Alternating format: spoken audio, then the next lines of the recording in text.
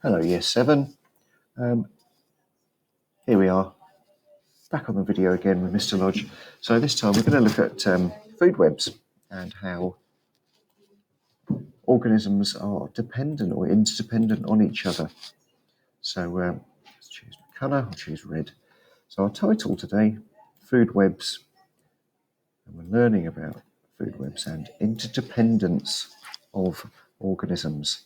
So how do these organisms depend upon one another in their ecosystem or habitat?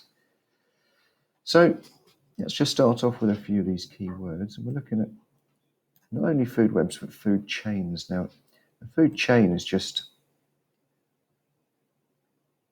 part of a food web. So these three organisms here, the grass, the producer, remember we learned that last lesson, is also eaten by the herbivore or the rabbit. So the rabbit is the consumer because it eats other organisms.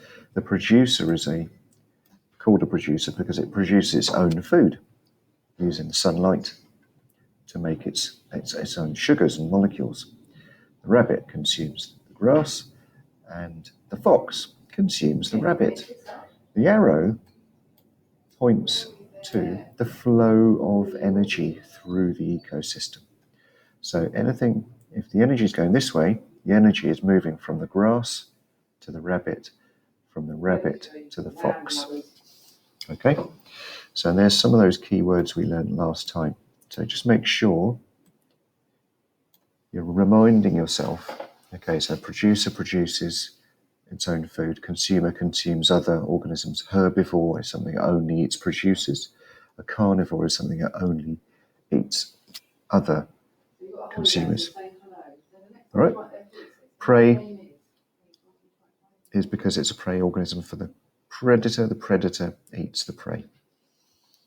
All right, so food chain just shows you who eats what.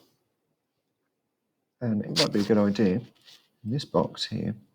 So we're writing these notes in. Okay, so we've got food chain definition. That one.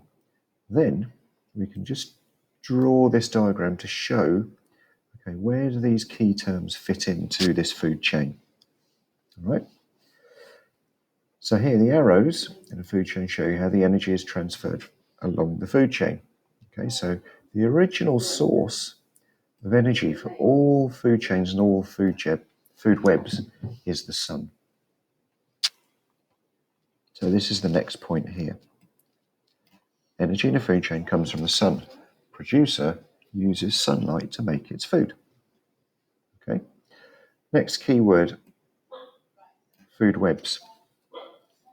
Defined here, food webs show all the food chains in the same habitat. So all of these organisms here will live in the same habitat. This one, particular one, is a habitat that you would find in the UK. This may well be a woodland habitat. Okay, so all of this is a habitat. Now, it'll be interesting to see later on if we can use some of our knowledge from the outdoor classroom to try and build food chains and food webs from what we know in the outdoor classroom. But I'll do this after we've got the basics from this. We can start doing that and elaborate on that later. So, write definition, food webs, and then I want you to draw a food web for this habitat here, okay, the woodland habitat. So, food webs show interdependence much more clearly than food chains because we can only see the rabbit only relies on one organism here, the fox only relies on one organism here. However, in the whole habitat, we can see the fox actually feeds on field mice and also rabbits. And the grass is not only food for the rabbits, it's also food for the field mouse. Okay, so we've got many more organisms relying on one particular source of food. So this last one, all living things in a habitat are interdependent. Okay, so we should have now 2 diagrams and 4 points in your notes. Okay. Now we can start to look at these questions. Okay, question A. What would happen to the rabbits in the short term? Oh, imagine all the foxes died in this food chain. No more foxes.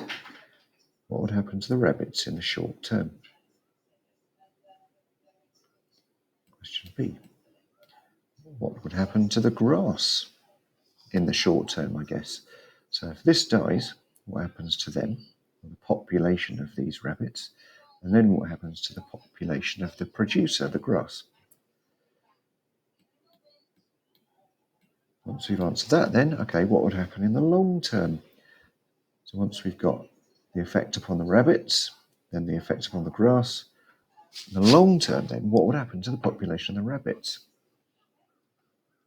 Pause the video and we'll go through those 3. So, short term, no foxes, population of rabbits is going to increase, correct? Because there's no predators.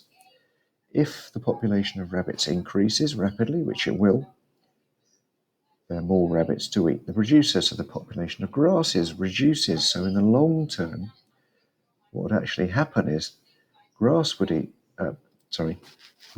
the grass would all be gone, which then means the population of rabbits would have nothing to eat. The population of rabbits would go down. So we'd see a drop in the population of rabbits and grass. Okay. D. How many food chains can you find in this food web? So if this is one food chain, can you count how many other food chains there are? Pause the video and try and do that. Okay, so that's 1,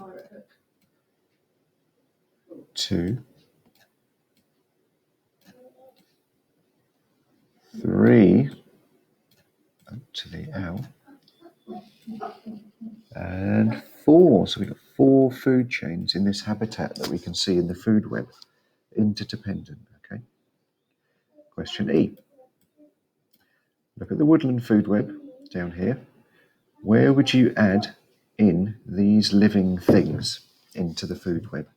So let's just, I'll rub this out.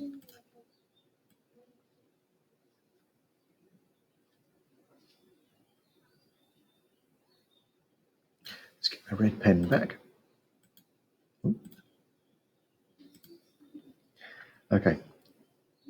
Fleas living in the fox's fur and bees. So where would those things fit into the food web? So I think, let's pause the video, you make a decision and let's see if we can get it right. Okay, so fleas living in the fox's fur.